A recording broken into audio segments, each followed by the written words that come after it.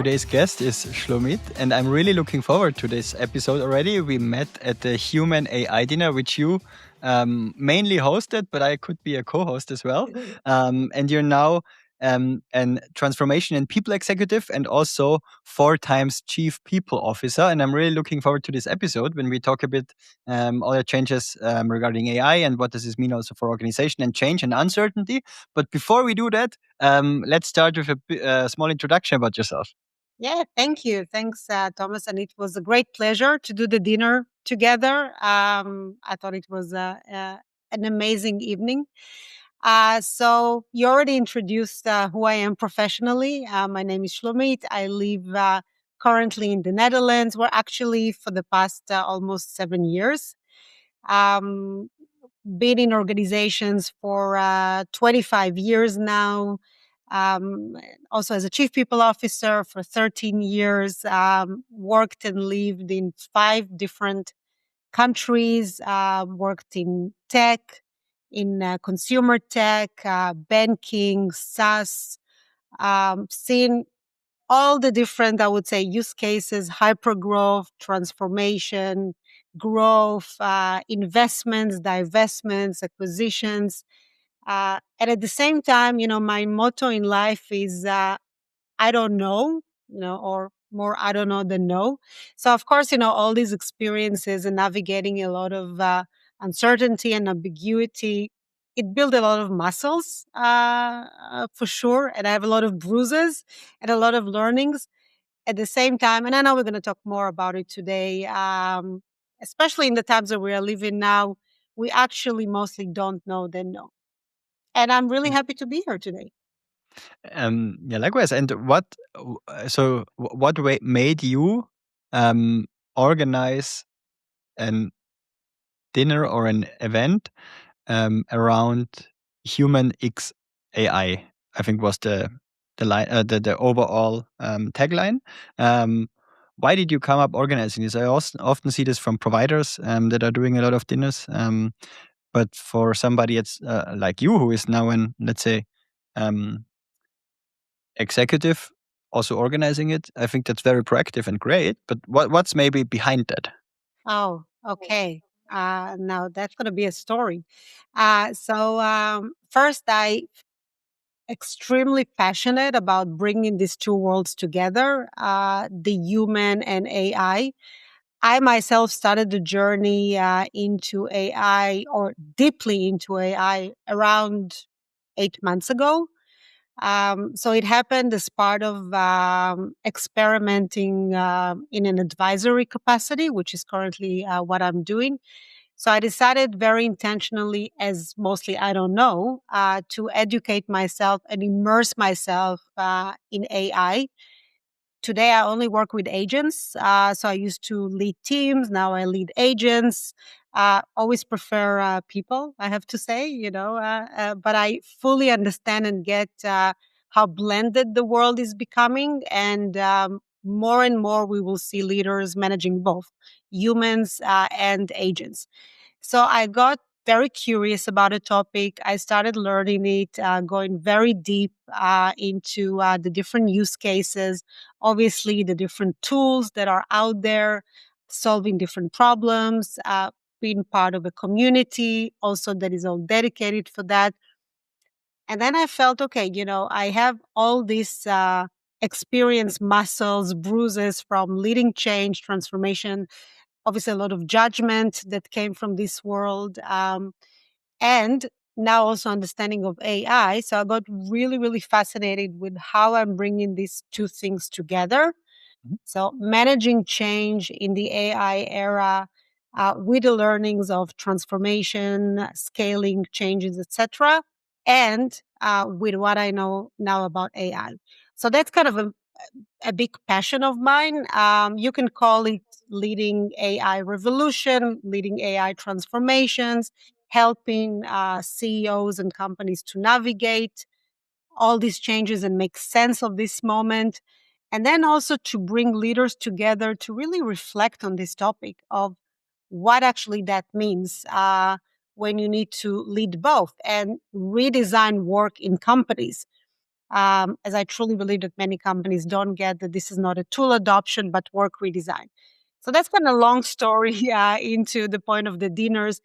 The dinners is just an opportunity to connect with other leaders on this topic. And I'm very happy that I was able to find great sponsors that are ready to bring people together to such an event. We had two of them so far. So we had one in Amsterdam, second in Berlin, both of them also with a company called Juno Journey, and obviously different with yourself in Berlin and different partner in Amsterdam. And it's just been a great success. We learn from dinner to dinner in terms of what people want to hear, the conversations, the panel. But it's just like, it's people want to connect. And that's a great opportunity to do so. Mhm. Nice. Now you made me curious on examples. You manage agent. What agents and for what workflows? What specifically do you do with it? Yeah, so I have different use cases, starting from managing all my expenses. So that's a clear workflow that I had to build. As you know, there are things that I'm very passionate about, and I intuitively I enjoy doing, and there are things that I less enjoy doing. So I build an agent that deals with all my expenses and things that I just need to keep track on a regular basis. Obviously, I'm doing a lot of work with AI when I need to create documents. Of course, I apply my judgment, but AI helps me a lot to structure, to get the correct research that sometimes is needed, insight, context into it. And then we do some iterations around that. I obviously work with the note takers for all my meetings. I analyze them. I also have a special project in Claude of analyzing all the note takers and all the learnings out of them. I've been doing some things on Lovable. So it depends. So Notebook LM, one of my favorite tools, been building infographics there and presentations. So it's either agents that I have either on ChatGPT or Claude, or some workflows that I created, or I'm just using the tools. And I'm mostly on the pro versions of the tool, so I'm using the more enhanced versions of them, solving for different problems that I need to solve. Okay. Um, um, I also think that it's really great. We just got ISO 27001 certified. It's like an information security norm internationally. And it's really, I would say, intense to get that, also for an organization already with a lot of employees.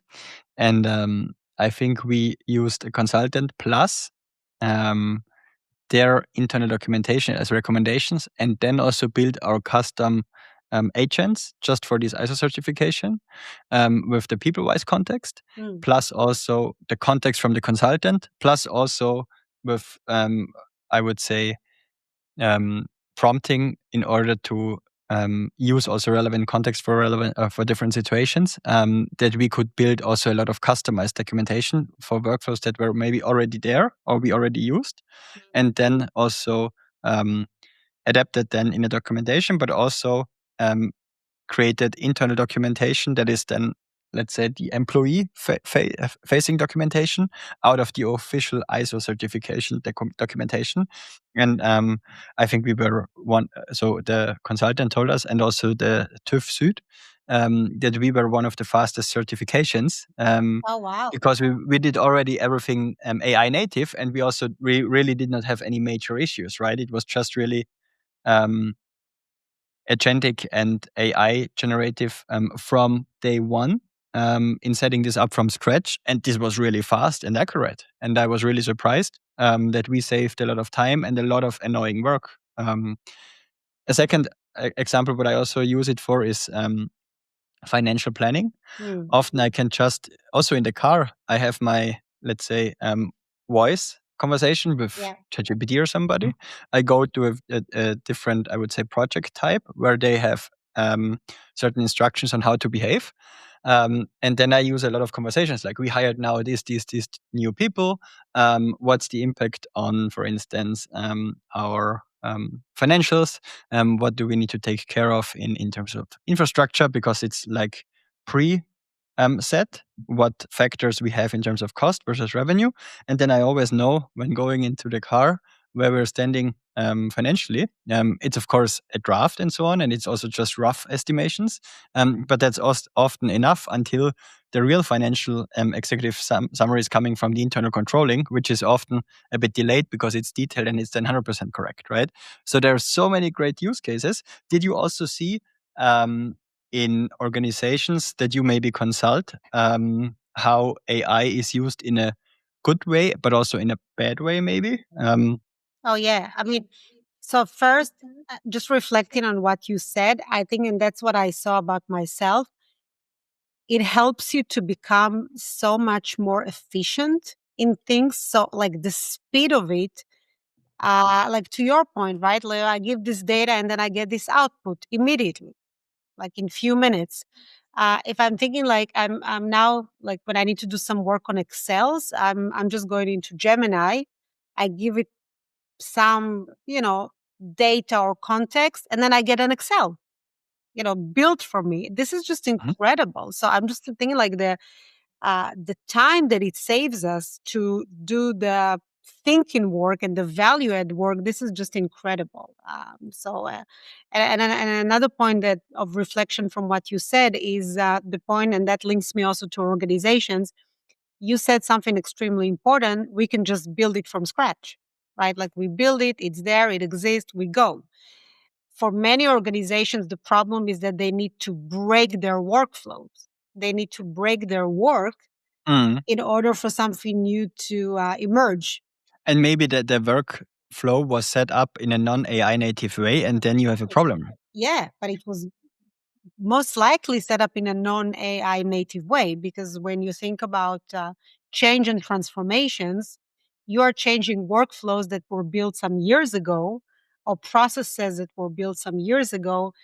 And with AI, it doesn't make sense anymore. Or the process can completely look different because you are now bringing agents and humans, or you bring agentic AI, which is about agents working with agents, which is a different story.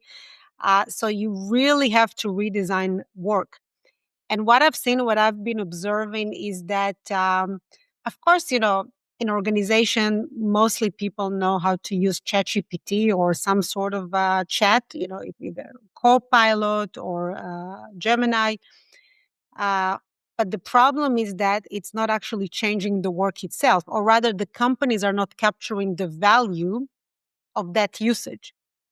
It's what I call shadow AI. There is shadow AI happening, but it's not necessarily structured. So one mistake that I'm seeing companies are doing, they're treating it as a tool adoption and not as a work redesign, meaning they're not really sitting and looking at every task and getting very, very clear about what has to stay with humans, what has to be augmented with humans, and what needs to go entirely to AI. And AI will do a better job or can already solve for it at the fullest. So, of course, you still want a lot of judgment in the process, but not everything requires humans in the loop. So, Do you have an example process where this could be already done? What you described it? yeah, I mean, let's take even recruitment, right? I mean, I think it's an easy example in our context. Um, AI with the right context, if you give it the right context, it can certainly source for candidates. It can certainly point to the more suitable candidates' resumes. Again, context is extremely important because you want to make sure that AI doesn't have bias in the process.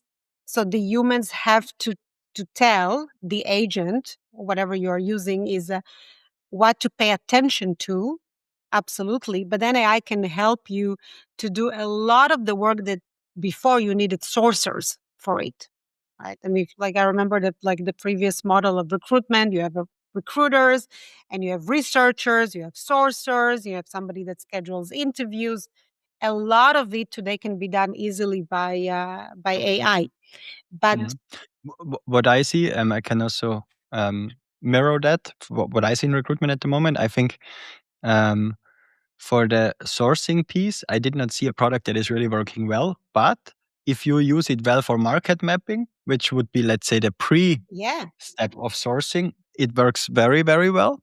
Then also for building funnel reports, that's not what all the companies do, but I think should do, is to really analyze existing data or past data, and then also just build a forecast when we see, let's say, an interview, let's say an account executive in Munich for selling to enterprises. You use this data and you want to show your hiring managers or your company how long it takes for somebody to get into the company and then get productive, because to sell an enterprise deal is usually 9 to 18 months, right? So every enterprise seller that is in the first year maybe did not even do a sale. Yeah. So when this is the context that you can take also in terms of hiring and setting expectations, AI is really great for that, because you can showcase diagrams, what you said, showcase funnel metrics based on benchmark data or internal data, and also showcase this to the hiring manager, to the business, to say, hey, in order to solve your problem, we have this market we can hire from. Then we have a number of available talent, or not available talent, just a number of talent. And then the question is how many of them are available to us. Then when you gather data in terms of recruiting, you can ask for the salary expectations, their target attainment, and build a market map to say, okay, in these companies, these people who achieve 100% earn that amount of money, and these are roughly the activities what they do in sales cycles in order to achieve the target. If we cannot provide a better job offering than that, we most probably want to hire from there, but cannot hire from there, because why should they leave? We don't have a better offer, right? And if somebody then would change, maybe they did not perform well there, will they perform here?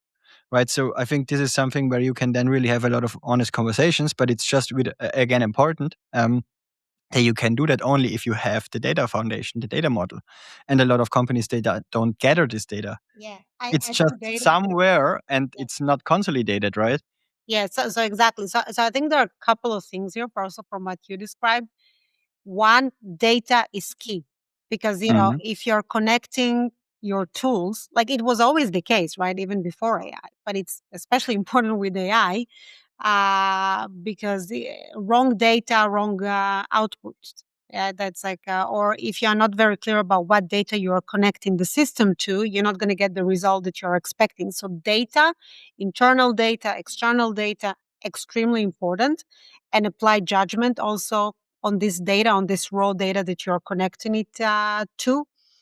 And I think the second thing is like, let's take recruitment and use this iceberg model, like above the line, at the line, below the line. Everything that has to do with interviewing people and making decisions, this is humans, right? You still want to have recruiters leading the process, hiring managers, and so on.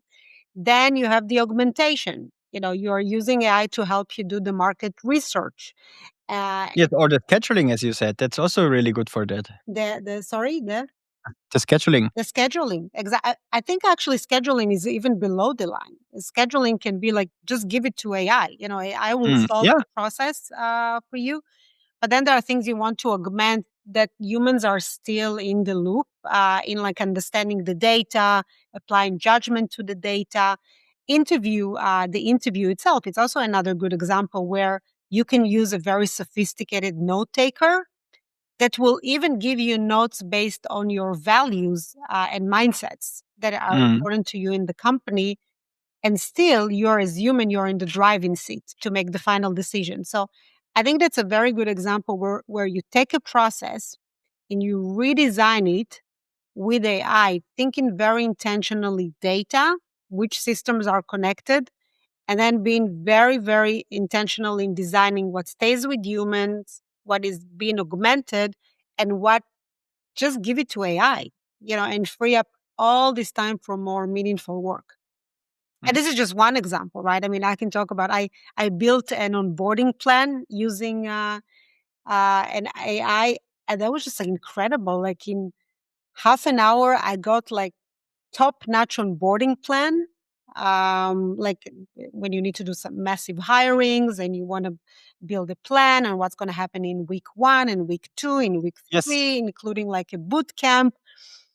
Just by giving some context about the company, I got like an incredible onboarding plan, which of course, needed some iterations. That's normal. But again, the speed of which, I got it, something that maybe 2 years ago would have taken several days to build. Yeah, and also several stakeholders from several perspectives, right? That all need to sign off something and do something, and now you can just propose a proposal that is already maybe considering their perspective when you prompt it in the right way, and when you have access to the right information, and then they can also review stuff faster or accept stuff faster, and then yeah, you're just faster and more accurate. I also used it for internal onboarding purposes, that we have a very specific plan and so on, and then I think it's really structured, but there are still the, let's say, human challenges to find the right time for that, and then making sure that people are really doing it. So that's then maybe the human part. Yeah, there is still the human part, precisely. And I just like on something that you said, I just wanted to add, prompting is extremely important, no doubt about it. And there is also the concept of super prompter. I would say that context is like the key. Mhm. Context is the king, is the queen, whatever. So it's yeah, prompting is good, but what is really important is that whatever you are using, and that's why data is important, and connecting it to everything that is happening in the company. AI needs to know your context, and the more it knows your context, whatever it is, it can offer you better solutions. Whether it's like getting to know you as a person, or the company, or what you're trying to achieve. So context management is becoming key in really getting the most out of AI. Yeah, and I think therefore you just need to find a fine line, right? Um, what is the right data you can also feed into, Yeah. and also what you maybe want to augment or synthesize as data, when things getting maybe too personal or too sensitive. And I know the US and the EU have different perspectives and opinions on it. Yeah. I think maybe the USA way is a bit extreme on um, unregulation, and maybe the EU is a bit extreme on regulation, right? So maybe something in the middle is also fine to start with. Yeah. No, I think safety and security and governance around it is very important. Mhm. Otherwise, people are not going to trust it. Yeah, yeah.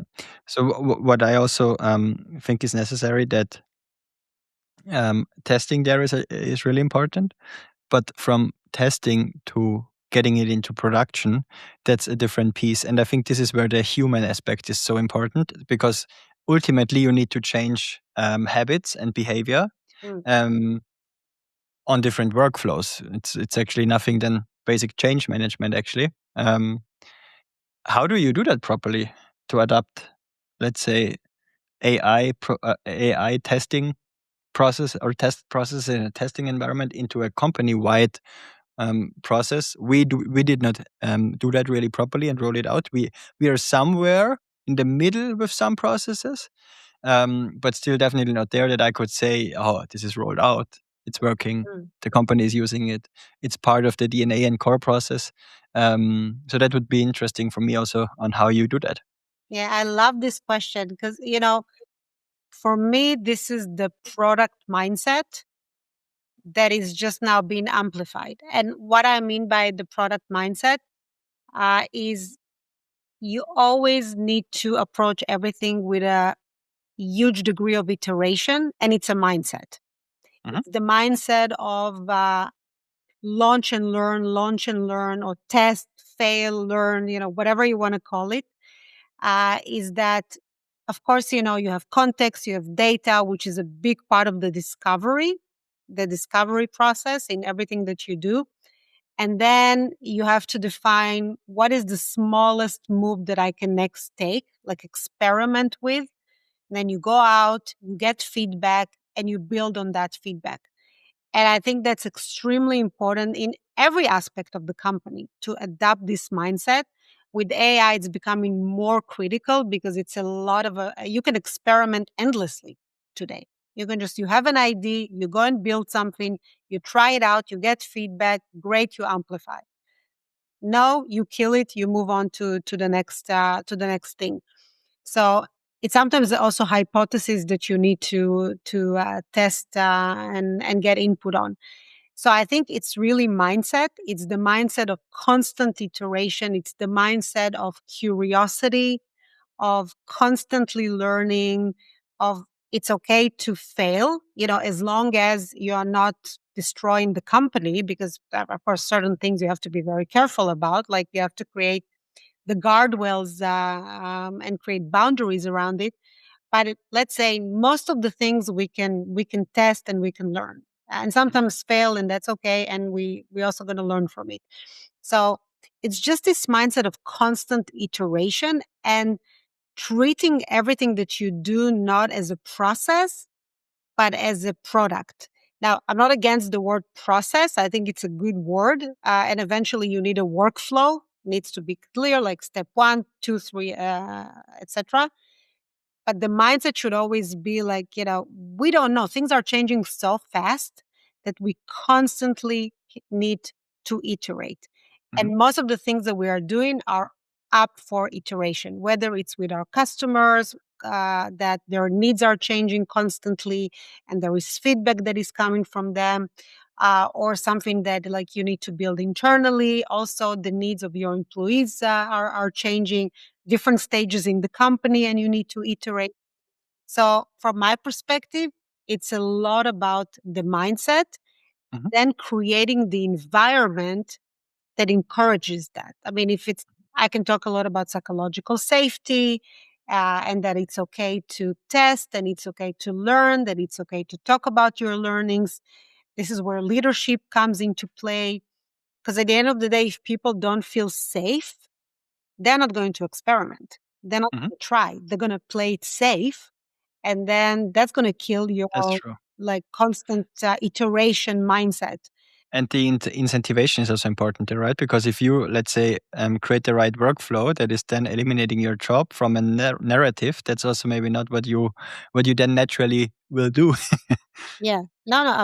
I mean, and I can understand it's very human, right? It's very normal that people will be fearful of their jobs and about their future. And I think this is also where leadership comes. So beside, the mindset and creating the right environment is to allow people to see the opportunities in all of it. Because I can say, and I can talk openly about the fact that, and I have it from my own experience, careers are changing in front of us, right? So if people are looking for stability, it's very difficult to find these days. It's very difficult to guarantee that, oh, things are just going to be stable the way it is for the next foreseeable future, because we really don't know. And the experience that we have for the past, especially 5 years or so, 5, 6 years, is showing us that we can't predict anything. It's like it's so many unknowns. And the only thing that you can absolutely control is yourself. You can absolutely control your mindset. You can absolutely control your skills, your knowledge, your learnings. And that's something that leaders, I think, have a huge responsibility to show people the path to it. Like Mm. hope is willpower and way power. You need to have Yes. both to have hope. And that's the job of the leaders. You are showing them the way. Of course, it comes from your own will, but you can show the way and really encourage people, even with this AI, like to explain to them what is AI fluency, help them to develop AI fluency, encourage them to experiment and learn and constantly be in this iteration, their personal even iterations process. So yeah, I mean, I think it's a lot about just looking at yourself and what you can do. Mm. That's a great final word. We're already at time. Shlomit, thank you so much for the episode. It was really great having you and hope to see you soon. Yeah, thank you. Thanks for the conversation.